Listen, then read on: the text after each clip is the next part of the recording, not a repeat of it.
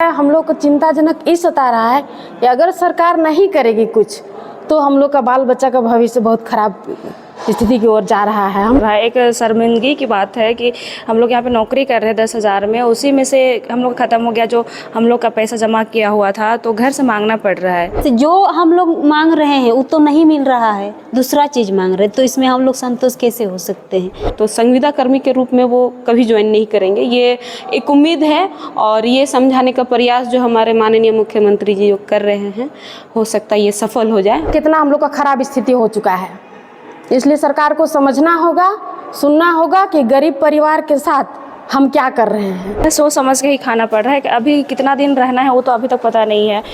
अगर आप किसी को रोजगार देते हैं तो उसे राजनीति मुद्दा नहीं बनाए। झारखंड की जो महिला सहायक पुलिसकर्मी हुई, जो नक्सल प्रभावित क्षेत्रों से जो आई हुई थी, 12 जिलों के नक्सल प्रभावित क्षेत्रों से 2 महीने से ज़्यादा जो धरना देने में लगी हुई थी, आंदोलनरत रही हैं। मुराबादी से खिलवा उनको शिफ्ट कर दिया गया। वहाँ भले ही खुले मैदान में थी, टेंट के अंदर थी, वहाँ से यहाँ 4 दीवारी और छत इनको मिल गया है, लेकिन क्या ये 4 दीवारी और छत से इनकी ज़िंदगी कट जाएगी? यहाँ पे इनको किस तरीके का परेशानी हो रहा है? परेशानी यहाँ पे एक तरीके से ये परेशानी तो नहीं हुआ, क्योंकि यहाँ पे लोगों को खुले आसमानों में इनको नहीं रहने को मिला जा रहा। ये लोग 4 दीवार इनको मिला है, छत है, आराम से यहाँ रह रही है, लेकिन क्या है, यहाँ रहकर इनका ज़िंदगी कट जाएगा।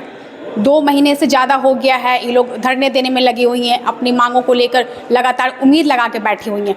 यहाँ जो महिला सहायक पुलिसकर्मी हैं उनसे बात करेंगे। यहाँ पे लोग जो आई हैं, 2 महीने से ज़्यादा हो गया, अनुबंध भी लोगों का ख़त्म हो चुका है, तो यहाँ पे क्या परेशानी है? महिला हैं तो बाहर रह रही हैं, तो किस तरीके का परेशानी इनको हो रहा है, इन्हीं से समझेंगे। पहले अपना परिचय दीजिएगा। मेरा नाम है विनीशा तिर्की, सिमडेगा जिला।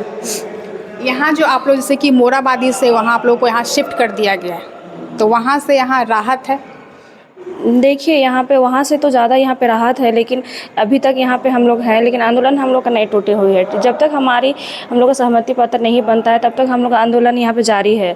जैसे वहाँ पे आंदोलन हम लोग कर रहे थे, 15 अगस्त के लिए हम लोग को मोराबादी खाली करने के लिए बोला गया, तो हम लोग झंडा का मान रखने के लिए हम लोग वहाँ पर खाली किया और यहाँ पर बैठे हुए हैं। लेकिन अभी ये सरकार ना सोचे कि हम लोग आंदोलन बंद कर दे, जब तक हमारी मांगें पूरी नहीं होती तब तक यहीं पर रहेंगे हम लोग, जारी है आंदोलन।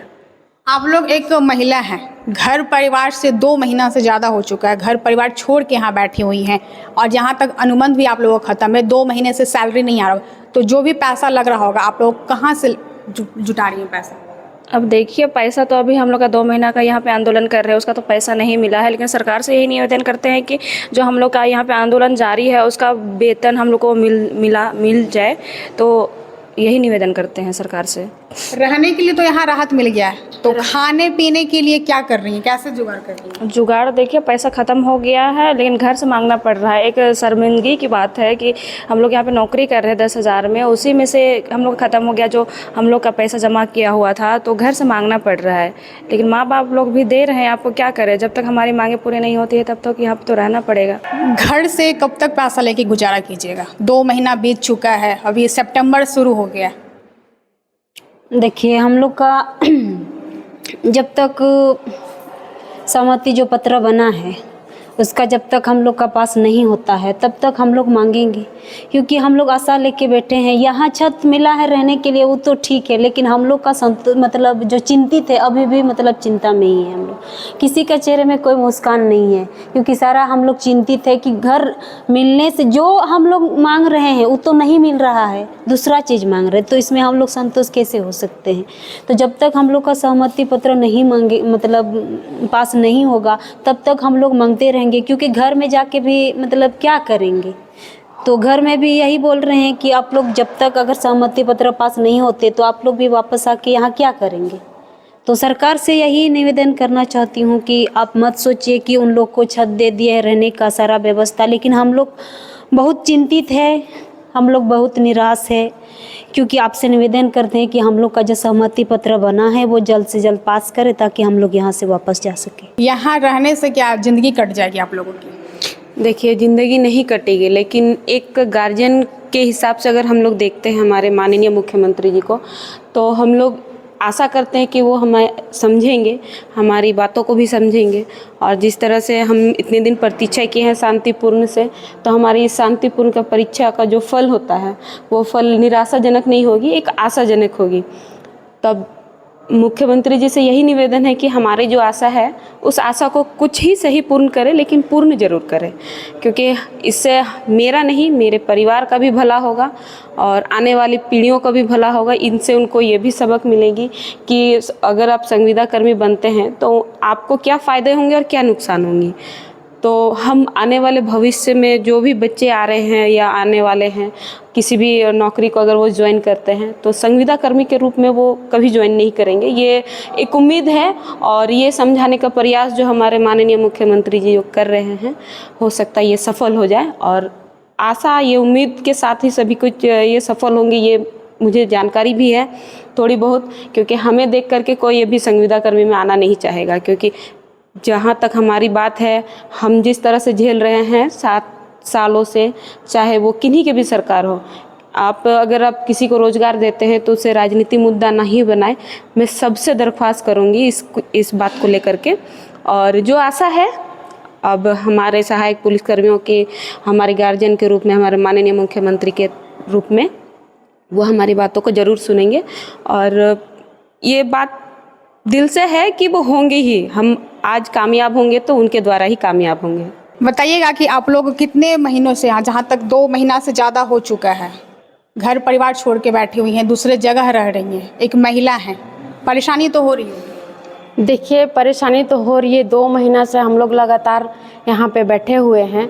हम लोग किस तरह से रह रहे हैं, घर का परेशानी भी सामना करना पड़ रहा है। घर में स्थिति बहुत दयनीय हो चुका है और हम लोग का भी बाल बच्चा है। हम लोग को चिंताजनक ये सता रहा है कि अगर सरकार नहीं करेगी कुछ तो हम लोग का बाल बच्चा का भविष्य बहुत खराब स्थिति की ओर जा रहा है। हम लोग इतना ही पैसा में, सरकार नहीं समझ रही, इतना ही पैसा में बाल बच्चा का भरण पोषण कर रहे थे।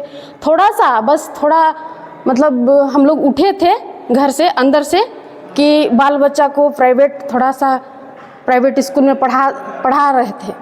लेकिन अभी देखिए सरकार ऐसा कर दी है तो बाल बच्चा को भी नहीं पढ़ाने सक रहे हैं। इसलिए हम लोग समझ सकते हैं कि मतलब कितना हम लोग का खराब स्थिति हो चुका है।